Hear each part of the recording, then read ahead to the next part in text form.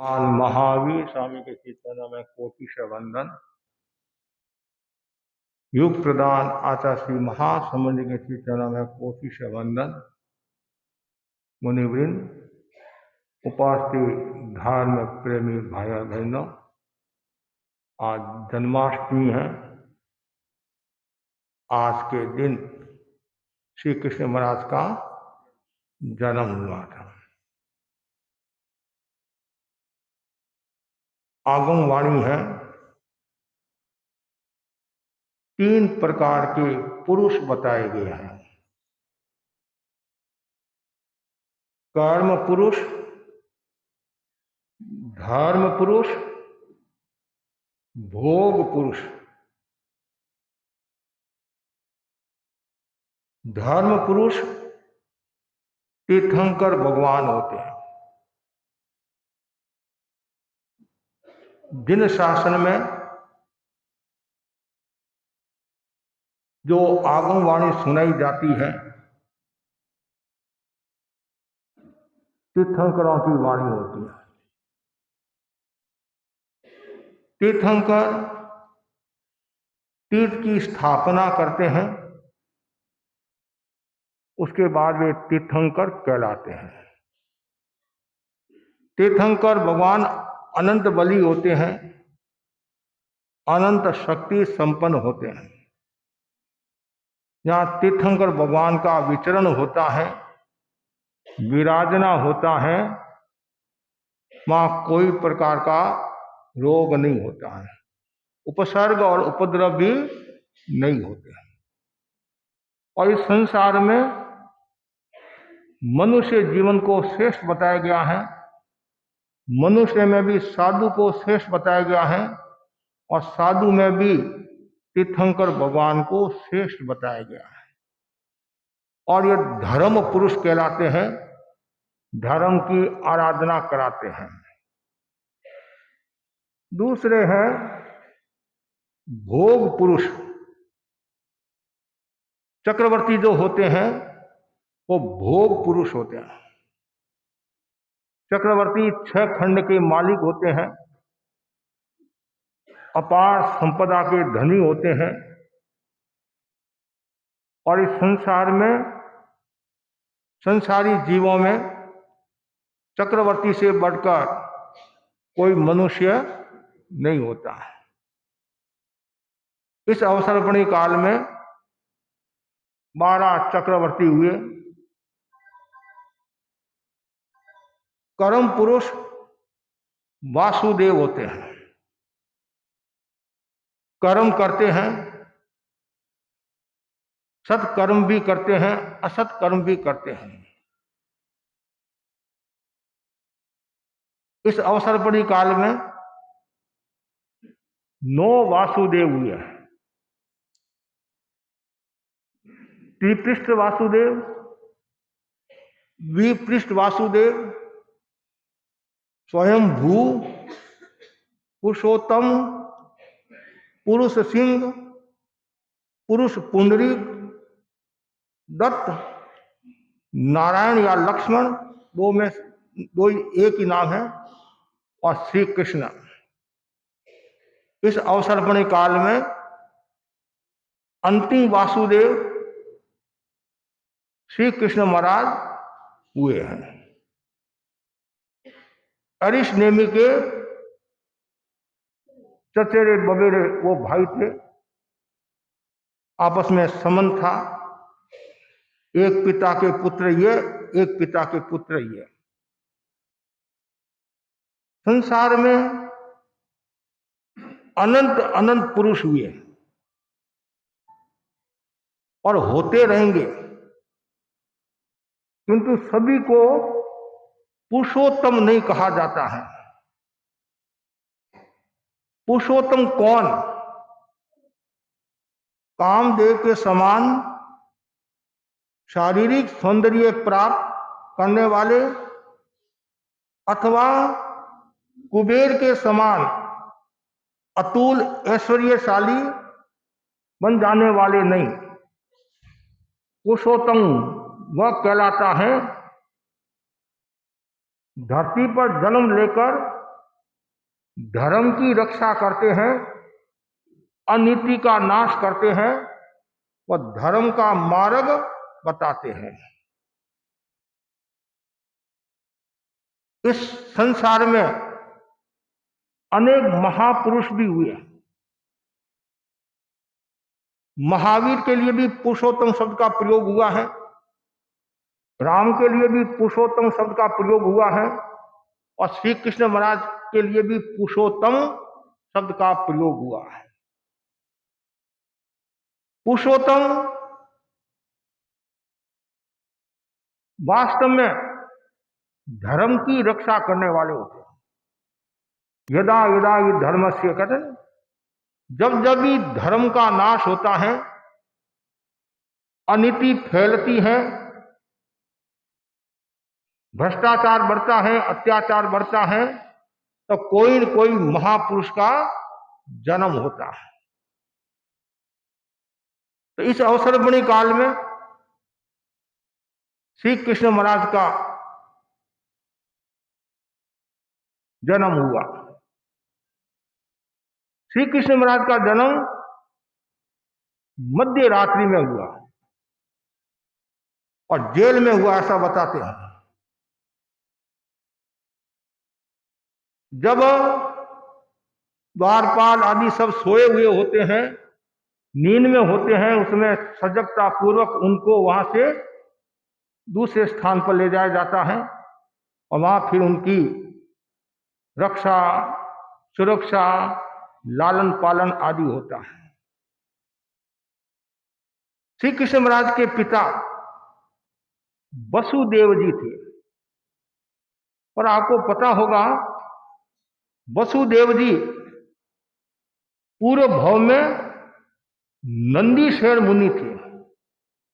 नंदीश्वर मुनि दो हुए हैं, एक तो नंदीश्वर मुनि राजा श्रेणी का पुत्र, और ये जो नंदीश्वर मुनि हुए ये भी राजगिरी के थे, ये गरीब परिवार के थे।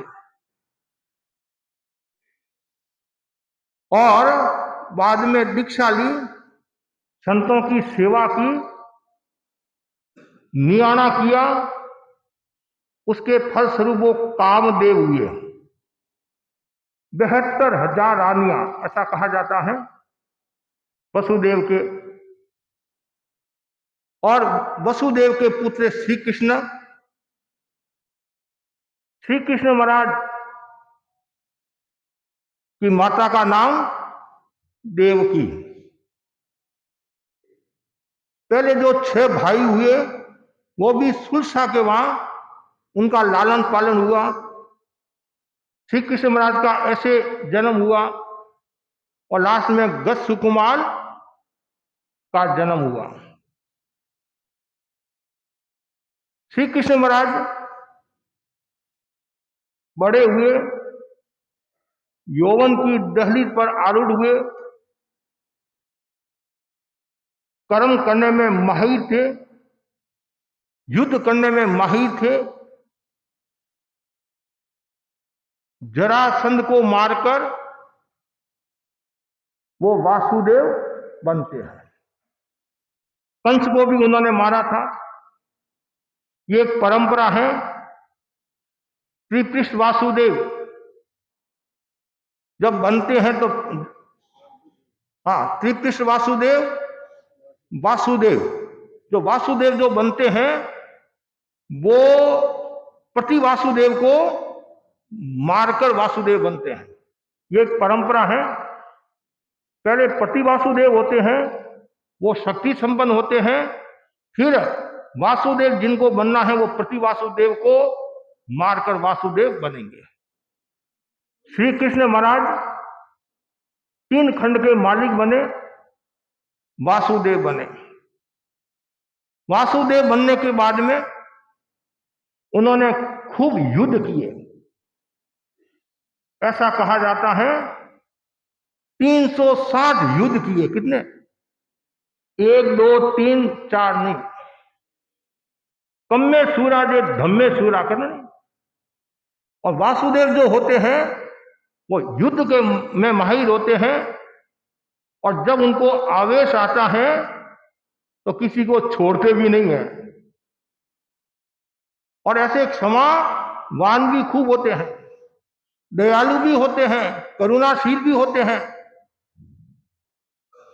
जब अरिष्नेमी नगरी में पधारे, श्री कृष्ण महाराज दर्शन करने के लिए गए।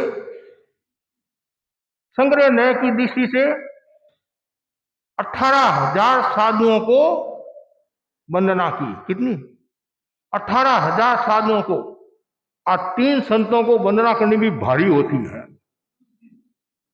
और उनमें भी बड़े महाराज को भी वंदना करना तो कुछ इतने होशियार होते हैं। मथेण वंदामी सुख चाहता, वंदना भी हरे के वश की बात नहीं है। श्री कृष्ण महाराज ने 18,000 साधुओं को वंदना की, भगवान की सेवा में पहुंचे, भगवान से निवेदन किया, भंते मैंने इतने युद्ध किए, उस युद्ध में मुझे इतनी थकान महसूस नहीं हुई। आज मैंने संतों को वंदना की और थकान महसूस हुई है। भगवान भगवान थे। अरिष्नेमी ने कहा, श्री कृष्ण, उस युद्ध में तो तुम्हारे कर्मों का बंधन हुआ, इस वंदना से तुम्हारे कर्मों का क्षय हुआ। 4 नारकी के बंधन तुमने तोड़े हैं। जैसे ही सुना, प्रसन्नता हुई। अब यदि कोई बता दे कि भाई तुमने 4 नारकी के बंधन तोड़ दिए हैं, तू वहां जाने वाला है, सदगति का यदि नाम बताते तो बहुत खुश होते हैं, और कह दे तू नरक में जाने वाला है तो समस्या भी आ जाती है। बहुत खुश हुए, प्रसन्न हुए। मेरा सौभाग्य आज संतों को वंदना कि मेरे 4 नारकी के बंधन तोड़ दिए, टूट गए। फिर मन में दूसरा भाव आया, लालच आया, लोभ का भाव आया। लालच लोभ सबके आता है। उन्होंने सोचा, भगवान 3 नारकी के बंधन और क्यों रखूं, उनको भी तोड़ दूं, क्यों मैं नरक में जाऊं। भगवान ने कहा, जब मैं वंदना करूं तब भगवान ने कहा, रायरा भाव राते बीता। उसमें जो तुम्हारे रसायन था, जो भावना थी, जो अध्यवसाय थे, जो परिणाम थे, अब वैसे परिणाम नहीं रहे हैं। लेकिन आप जानते हैं वासुदेव की जो गति होती है, पति वासुदेव की जो गति होती है, वो नरक गति होती है। तो वंदना की, कितने कर्मों का क्षय किया, नारकी के बंधन तोड़ दिए। वंदना का महत्व समझो। सभी भाई बहनों को कहना चाहूंगा, पुराने समय में सुबह उठने के बाद में वंदना करने के लिए लोग आते थे। गुरु वंदना शाम को भी आते थे, सुबह प्रार्थना में भी आते थे, दर्शन करते थे, गोष्ठी की भावना भाते थे। और आज तो हम जाकर दर्शन देते हैं। और कभी कभी तो हमारे साथ में जो नवीन जी आदि है, कुछ कार्यकर्ता होते हैं, वो कहते हैं महाराज आए हैं। तो कोई नींद में से उड़ता है, और कोई ज्यादा समझदार होता है तो कह देता है अभी जोगवाई नहीं है, अभी अनुकूलता नहीं है, बाद में पधारना। ऐसे भी मिल जाते हैं, कहीं भी मिल सकते हैं। संसार में सब तरह के लोग होते हैं, अनुकूलता भी होती है, नहीं भी होती है, और कुछ अलग तरह के लोग भी होते हैं। कोई लठधारी, कोई मठधारी, किसी ने 5 इंद्रियां गस मारी, कहे तो कभी सुनो भाई साधो, खोपड़ी खोपड़ी मत नारी। तो वंदना का बहुत बड़ा महत्व होता है, वंदना का यह परिणाम। भगवान अरिष्नेमी शक्ति संपन्न थे, तीर्थंकर भगवान थे। तो वासुदेवी के पास भी शक्ति थी, न्यून थी, इतनी शक्ति तो नहीं थी तीर्थंकर भगवान जितनी नहीं होती है। लेकिन श्री कृष्ण महाराज के मन में सेवा सेवक का भी भाव रहता, बहुत बड़ी बात है। जिस समाज में सेवा सेवक का भाव रहता है वो समाज तेजस्वी, यशस्वी, शक्ति संपन्न होता है। और जिस समाज का मुखिया, उसके भीतर में यदि सेवा भावना होती है तो पीछे वाले भी सेवा करने लग जाते हैं। आचार्य खुद यदि सक्रिय होते हैं तो साधु साध्वी, साव साविका सब सक्रिय हो जाते हैं। श्री कृष्ण महाराज अपनी सेना के साथ आ रहे थे, घोड़े पर आ रहे थे। रास्ते में देखा एक वृद्ध आदमी दूर, वृद्ध आदमी ईंट लेकर जा रहा है अपने मकान के लिए।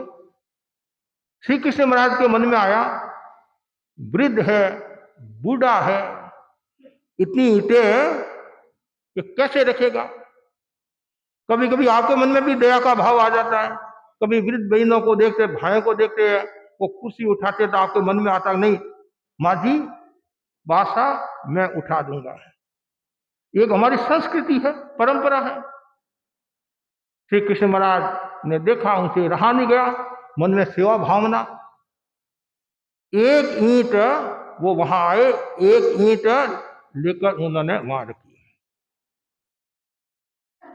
और रखी।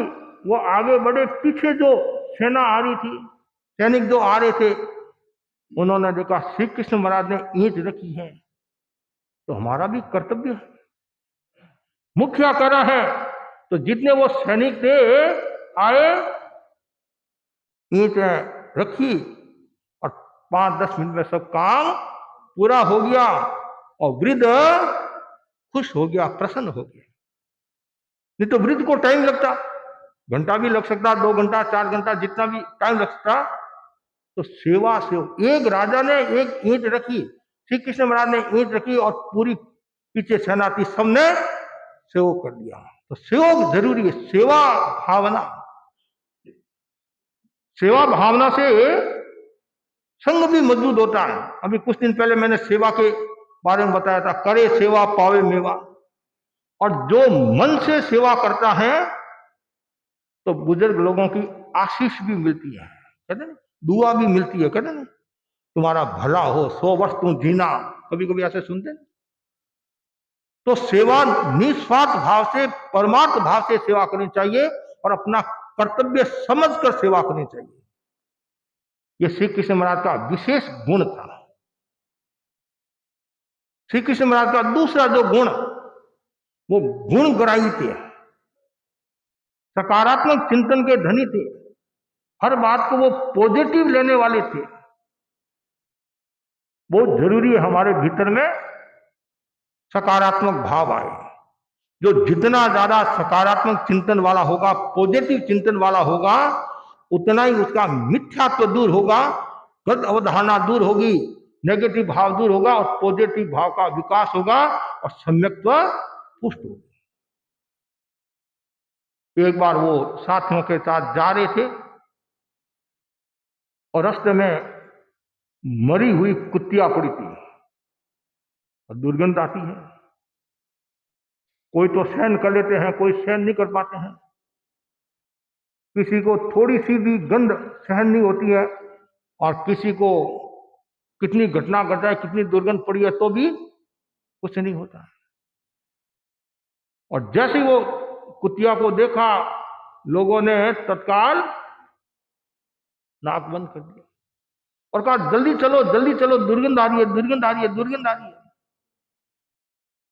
श्री कृष्ण महाराज वहां खड़े हो गए। लोगों ने कहा जल्दी करो, दुर्गंध आ रही है। श्री कृष्ण महाराज किसको देखने लग गए? कुतिया को। कुतिया को नहीं, कुतिया के जो दांत थे, दांत को देखने लगे। कितने साफ दांत। आगे बढ़े। अब क्या करे थे? दुर्गंध आ रही थी। अरे मैं तो कुतिया के दांत देख रहा था, कितना उनका सफेद दांत। और कुतिया के दांत सफेद है तो हमारा जीवन भी सफेद बने। ये गुण कराई, मतलब वो गुण लिया। और गुरुदेव तुलसी ने संभवतः एक बार फरमाया था, पशुओं के आदि के दांत सफेद क्यों होते हैं? वो थोड़ा खाते हैं, ज्यादा नहीं खाते हैं और अड़ंग बड़ंग नहीं खाते हैं, इसलिए उनके दांत सफेद साफ रहते हैं और जल्दी से दांतों की बीमारी भी कम होती होगी। मैं देखने के लिए तो नहीं गया, लेकिन संभवतः कम होती है। मनुष्य के दांतों की बीमारी ज्यादा क्यों होती है? दिन भर व्रत दिख जाता रहता है, कहीं भी अवसर होता है छोड़ता नहीं है। फिर खाया, कुल्ला नहीं किया। हम लोग क्या करते हैं, हमारे को बताया गया भाई भोजन करे कुल्ला कर लेना चाहिए। क्यों? कोई मुंह में कण आदि ना हो, वो फंस जाता है तो रोग होने की संभावना रहती है। हाथ से मुंह से मतलब से मुंह में थोड़ा पानी डालकर, विभूषा के लिए नहीं, दांत साफ रहे मतलब सफेद है उसलिए नहीं, मतलब सफाई जरूरी है। सब लोग देखते रह गए, गुण गराई। और यही बात यदि समाज में आ जाए तो किसी भी क्षेत्र में हो, गुण गराई दृष्टिकोण का विकास होना चाहिए।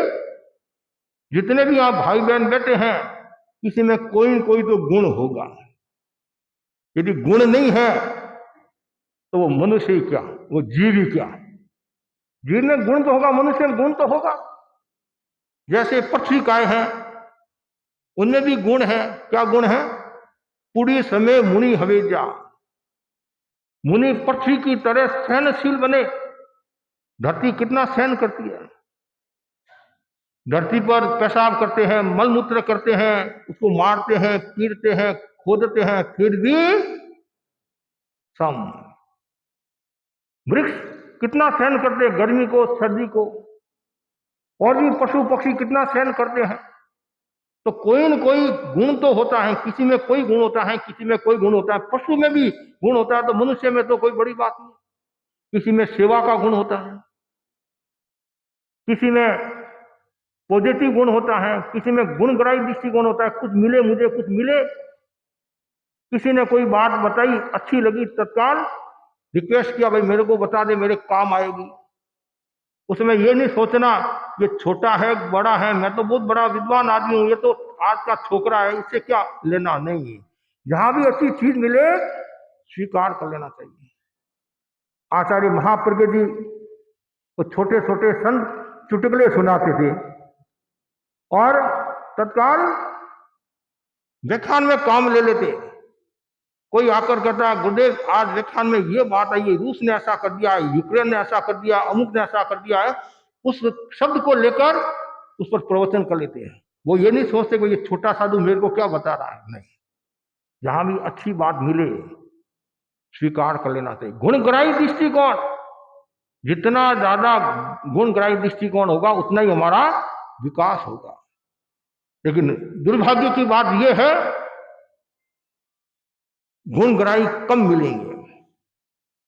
किसी की प्रशंसा करना, आपने किसी के पास सीखा है तो भी जल्दी से मुंह से शब्द कभी कभी नहीं निकलता है। बच्चा भी क्या कहता, महाराज मैंने खुद ने पढ़ाई की है। अरे तुम्हारे बाप ने सेव किया? क्या सेव किया बाप ने? पढ़ाई तो मैंने की है। बाप ने क्या सेव किया? अरे तुम्हारे को जन्म दिया है, पढ़ा है, पोसा है, बड़ा किया है, व्यवस्था की है, पैसा की व्यवस्था की है, क्या वो सहयोग नहीं है? खाली पढ़ाई एक थोड़ी है, पढ़ाई के पीछे भी तो कालगुणी राज ने क्या फरमाया, ये मेरे छोटे छोटे साधु ने कितनी मेरी सेवा की है। किसी ने रेत की थैली लाई है, रेत लाई है, किसी ने कुछ लाया, किसी ने कुछ लाया, सहयोग तो है। तो गुणग्राही दृष्टिकोण तो श्री कृष्ण महाराज से सीख सकते हैं। तीसरा, वो धर्म दलाली में माहिर थे। धर्म दलाली बहुत करते थे, जबरदस्त करते थे। आज भी हमारे अनेक भाई बहन ऐसे मिल जाएंगे जो धर्म दलाली करते हैं, बार बार श्रावकों को प्रेरणा देते हैं कि व्याख्यान सुनो, दर्शन करो, सेवा करो। ये निर्वध्य प्रवृत्ति, ये जो निर्वध्य दलाली है, कर्म निद्रा होती है, कर्म निद्रा होती है। और कभी कभी धर्म दलाली के कारण तीर्थंकर नाम गोत्र का भी बंधन हो जाता है। श्री कृष्ण महाराज का धर्म दलाली के कारण, वंदना के कारण तो तीर्थंकर नाम गोत्र का बंधन हुआ। कितनी धर्म दलाली करते थे। जब वो अरिष्टनेमि के पास में गए, अरिष्टनेमि से बातचीत की, बातचीत के दौरान प्रश्न पूछा, द्वारिका नगरी के बारे में भी प्रश्न पूछा और खुद की मृत्यु के बारे में भी प्रश्न पूछा। द्वारिका नगरी का दहन कैसे होगा? तो श्याम कुमार जो राजकुमार था, द्वैपायन ऋषि को सताता है और आयु से पूरा हुआ मरकर अग्नि कुमार देवता बनता है। उसके द्वारा द्वारिका का दहन होगा। तपस्या आदि चलती रहेगी तो द्वारिका नगरी बची रहेगी। पहले शराब के कारण भी, शराब के कारण तो द्वैपायन ऋषि को तकलीफ दी थी, पीड़ा दी थी। और तुम्हारी जो मृत्यु है वो किसके हाथों होगी? जरा कुमार के हाथों। जरा कुमार। तो ये दो बातें बताई और सजग उसमें घोषणा भी कर ली, कोई भी यदि दीक्षा लेता है, संयम लेता है, चारित्र स्वीकार करता है, पीछे की सारी व्यवस्था मैं संभालूंगा। बहुत बड़ी बात है। आप भी कहते हैं कभी कभी कोई तपस्या करने वाला है, भाई तू चिंता मत कर, तू तपस्या कर, मैं तो तपस्या नहीं कर सकती हूं, तू तपस्या कर। ये धर्म दलाली, प्रेरणा दी, पीछे की चिंता मत करना, पीछे मैं संभाल दूंगा या दूंगी। ऐसे दीक्षा के बारे में भी कहते हैं, धर्म दलाली करते हैं, पीछे की चिंता मत करो। तो थावसा पुत्र की दीक्षा हुई और भी ऐसी अनेक दीक्षा हुई। ये धर्म दलाली, तीव्र धर्म दलाली। और जब ये सब सुन लिया ऐसी ऐसी बात, और फिर वो एक दिन आमिल हुआ नहीं और वापिस समस्या आई, घोषणा होगी, फटाफट वहां से सब रवाना हुए। बलदेव, श्री कृष्ण महाराज आदि सब परिवार रथ में बैठकर, तो दरवाजा होता नहीं, दरवाजा वहां तक पहुंचे। श्री कृष्ण महाराज और बलदेव तो बाहर आगे, बाहर आगे, दरवाजे से थोड़े बाहर आगे, और इतने में वो दरवाजा गिर जाता है और द्वारिका नगरी नष्ट हो जाती है, जल जाती, मतलब अग्नि कुमार देवता। उस समय कोशिश भी करते हैं बचाने की सब कुछ, लेकिन कुछ होता नहीं है। और श्री कृष्ण और बलदेव आए और कौशाम्बी में रुके। श्री कृष्ण को पानी की आवश्यकता थी, तो बलदेव पानी के लिए जाते हैं। दो भाई होते, बलराम दो भाई होते हैं, बाप एक होता है, माता अलग अलग होती है। इधर क्या होता है, भूख रान भूंडी आंख जाए उंडी। भूख तो सबको ही सता दी है, चाहे पशु हो, चाहे मनुष्य हो, चाहे साधु हो, भूख तो सबको ही लगती है। वृक्ष के नीचे बैठे थे, साइड में ऐसे होंगे। इधर जरा कुमार जंगल में घूम रहा है, वो भी जंगल में थे, घूम रहा शिकार के लिए। और घूमते घूमते भ्रम हुआ, कोई कहते पीत वस्त्र पहने हुए थे, भ्रम हुआ जरा कुमार को कोई हरिण बैठा, हिरण बैठा है, हिरण है, मेरा काम तो हो जाएगा। वो हरिण समझकर विष बाण छोड़ता है और वो पैरों में लगता है श्री कृष्ण के। जैसे ही लगता है और आगे जरा कुमार आता, देखता है अनर्थ हो गया। परिवार का भाई था वो, जरा कुमार परिवार का भाई था, और ये कुल में भी अब और कौन था, सब कुल का नाश ये एक था और श्री कृष्ण महाराज के ऐसे हो गया। उस समय जरा कुमार को कहा जो होना वो तो हो गया। उसने बहुत पश्चाताप किया, जरा कुमार ने भी बहुत पश्चाताप, उसका तो वो लक्ष्य नहीं था कि मैं मेरे भाई को मारूं, उसने तो हरिण समझ कर ऐसा किया। कहा तुम यहां से फटाफट रवाना हो जा, नहीं तो मुश्किल हो जाएगी। और तुम पांडव, उनको पहले वो देश निकाले दे देते ना पांडव को, और पांडवों को जाकर सारी बात बता देना कि कुल का नाश होने वाला है। तो फिर वो दीक्षा लेते हैं ना आत्मा का कल्याण। इधर भाई पानी लेकर आता है और देखता है ये क्या, इतना आघात लगता है। कहते हैं 6 महीना तक खंडे पर लेकर घूमते हैं, इतना मोह होता है इतना। फिर देवता भी समझाते हैं, वो घटना और भी लंबी कर सकता है, लेकिन ना जरा कुमार के हाथों श्री कृष्ण महाराज का देहावसान होता है। आयुष्य पूर्ण करके वह पाताल में जाते हैं। कौन सी नरक में जाते हैं? तीसरी नरक में, तीसरी नरक में जाते हैं। और ये बात कहीं दूसरी जगह यदि बताना हो, नरक शब्द का प्रयोग नहीं करना, पाताल शब्द का कर सकते हैं कि वो भी स्वीकार करते हैं पाताल में गए हैं, लेकिन द्रव्य क्षेत्र काल भाव देखकर ही बात करनी चाहिए। श्री कृष्ण महाराज के अनेक रानियां भी थी, सत्यभामा आदि रानियां भी थी। श्री कृष्ण महाराज के लिए एक शब्द का प्रयोग होता है गोपाल। गोपाल शब्द ग्वाले, और उनका मतलब बचपन की अनेक घटनाएं आती है, वो नटखट होते हैं और मक्खन चुरा देते हैं, कई कहते नहीं। और आप फोटो भी देखते हैं, उनका एक नाम था गोपाल। गोपाल के दो अर्थ हैं। गोपाल, गो मतलब गाय, गाय भी होता है, प्राणी आदि है, तो प्राणी की रक्षा करने वाले गोपाल, प्राणी की रक्षा करने वाले गोपाल। और एक गो शब्द का अर्थ वाणी होता है, जो वाणी के अर्थ में आता है।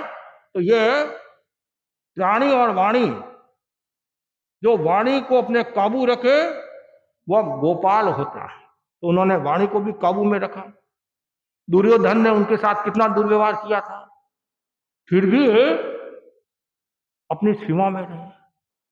बहुत जरूरी है वाणी का संयम, वाणी को कंट्रोल में रखना। जो व्यक्ति वाणी को कंट्रोल में रखता है अनेक समस्याओं से निजात पा लेता है, हमेशा आनंद ही आनंद रहता है। और तनाव का, चिंता का, टेंशन का सबसे बड़ा कारण है वाणी का अविवेक। तो वाणी का अविवेक होता है तो घर में कलह का वातावरण निर्मित हो जाता है। लक्ष्मी, सरस्वती, दुर्गा चली जाती है, वहां और कुछ आ जाता है, यमराज आ जाता है, शैतान, राक्षस आदि सब आ जाते हैं। इसलिए वाणी का कंट्रोल, तो श्री कृष्ण महाराज के वाणी का भी कंट्रोल था। वो प्रजा पालक थे, प्रजा की सेवा करने वाले थे, प्रजा का ध्यान रखने वाले थे। इसलिए उनको गोपाल शब्द का है, गोपालक। और श्री कृष्ण महाराज के बारे में बताया जाता है वे अनिति का नाश करने वाले थे।